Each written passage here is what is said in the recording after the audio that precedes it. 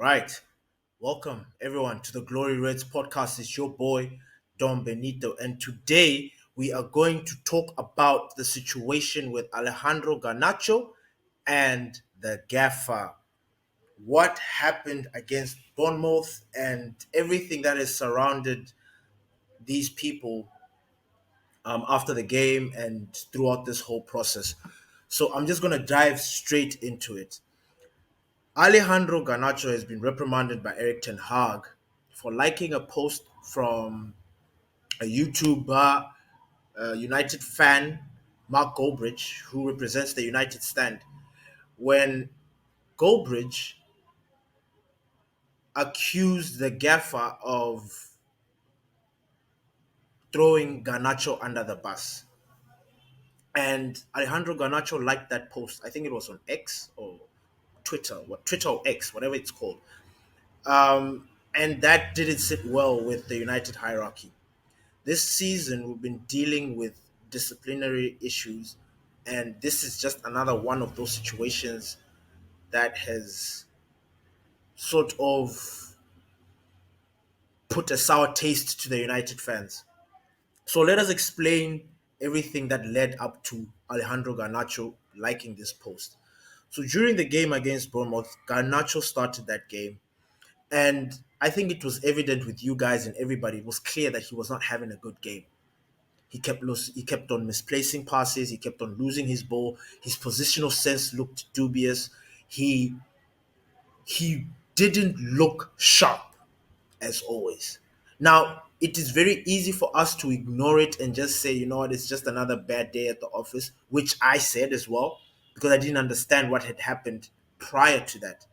But the manager came out and said that the reason why he took out Alejandro Garnacho was, first of all, number one, and this is the biggest reason, and everybody needs to understand it.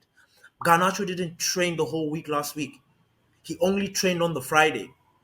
And that's not enough. It's not enough. Players need to train at least 3 times a week. At least, if we're not playing any game throughout that week. At least 3 times. That is the minimum amount of days that you need to train to at least be eligible for to be selected for the starting 11. But then Garnacho started. Now that alone should even give you a bigger indication of the crisis that we are having at Manchester United. Because if their manager opted to start Garnacho, knowing that Garnacho didn't train very well, it means that he didn't have anybody else that he could pick, which is very, very strange. And I hope people can understand that. People, the way the manager's dealing with our club at the current moment is he's really working with what he has. I think he's one of those people that focuses on a lot of because we are plagued with injuries, he's trying to manage a lot of things. And he's trying to give us the best possible chances with what we have. So Garnacho didn't play very well, and immediately after the beginning of the second half, he was substituted off for Amad Diallo. And lo and behold, Ahmad, the amount of attacking and everything that had happened in the first half had reduced because Ahmad they were able to sort out that gap that Garnacho and Dalot had left in the beginning. Now everybody went crazy as to why was Garnacho substituted. Should he was supposed to be left on the pitch. Rashford shouldn't have started. All these things.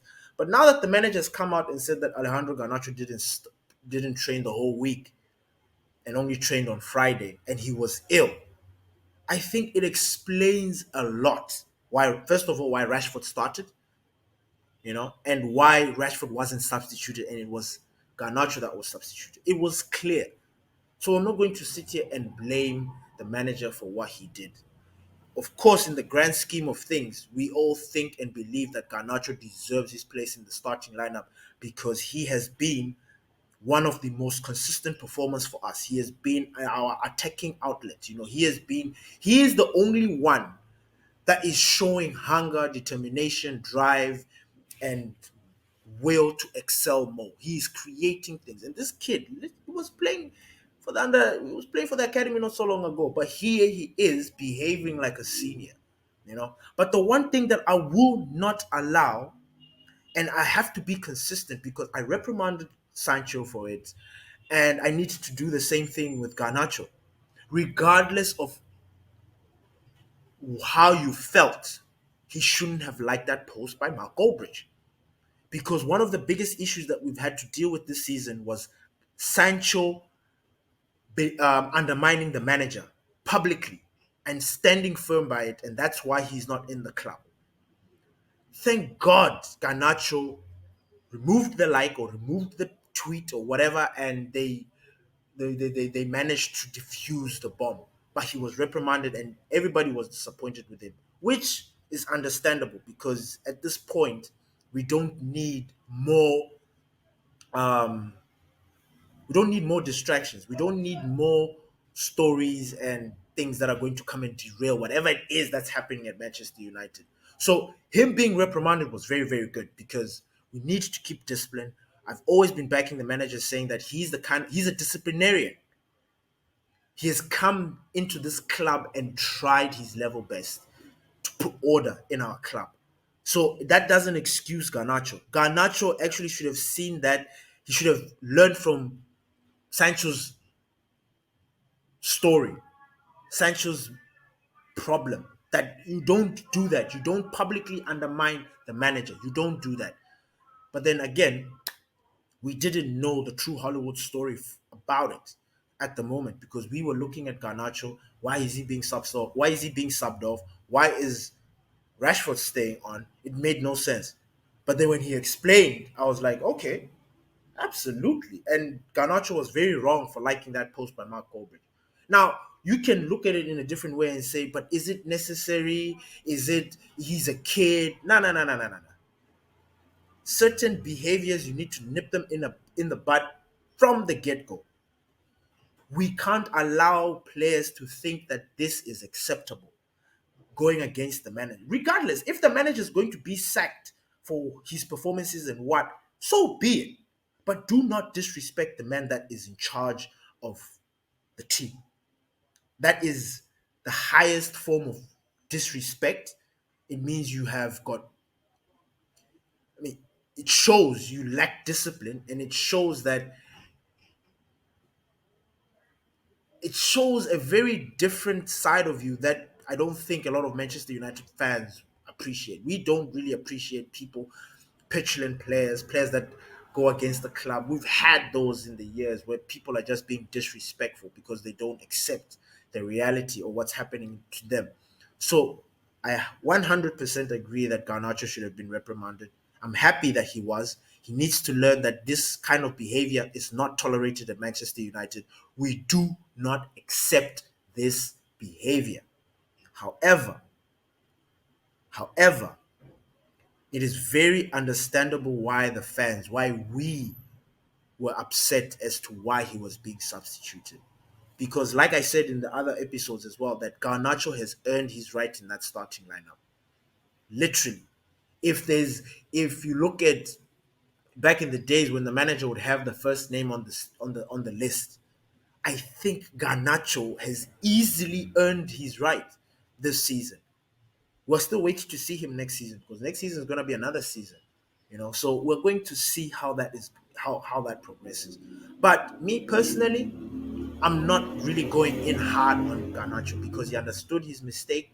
He fixed his mistake, corrected his mistake, and now everything is settled. Yeah, I know the senior players and everybody else are upset because Mark Goldbridge has been able to get interviews at Manchester United, which I don't understand why people have a problem with.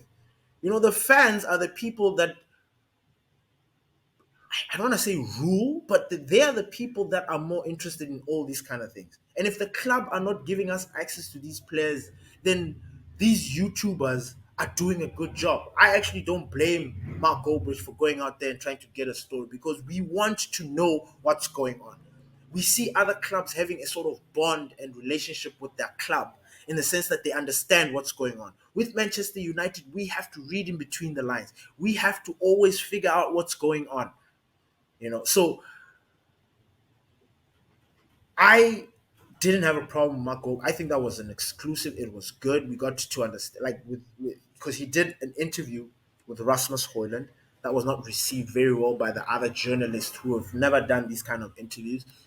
And then, obviously, by him doing that, I'm assuming that Garnacho has understood that the United stand exists and that the fans are speaking and all of that. And when he posted that thing, it was just one of those reflexes where he was like, he liked it because he probably felt that, yes, he didn't have to be substituted.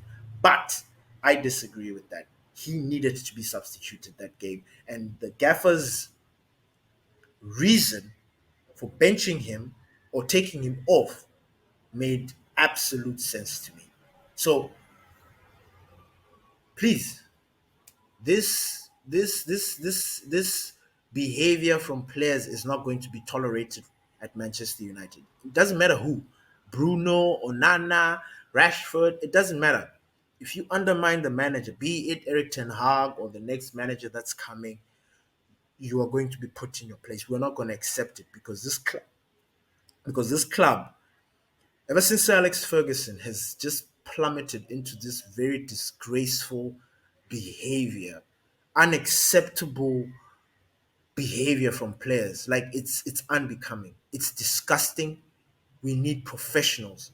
And that that when you have a team where players have got no respect, where there's no love, where there's no camaraderie, then they're prone to be a lot of issues.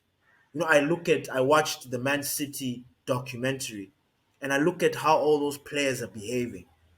And my sister even mentioned this to me because she's a United fan. But when she saw that documentary, I could see the wheels turning in her head. Like, wow, this is how a fucking club is run. So this is how players are supposed to behave. She's not a football person, but she saw it and she's like, why does it feel like we don't have that at United? And I'm like, yeah, we don't.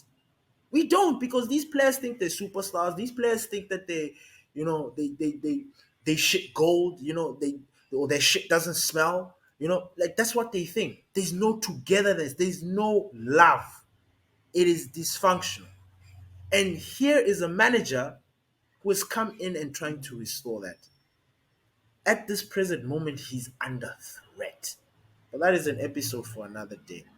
Thank you everybody for joining in. Please like and subscribe if you enjoyed this episode. It's your boy Don Benito. Peace.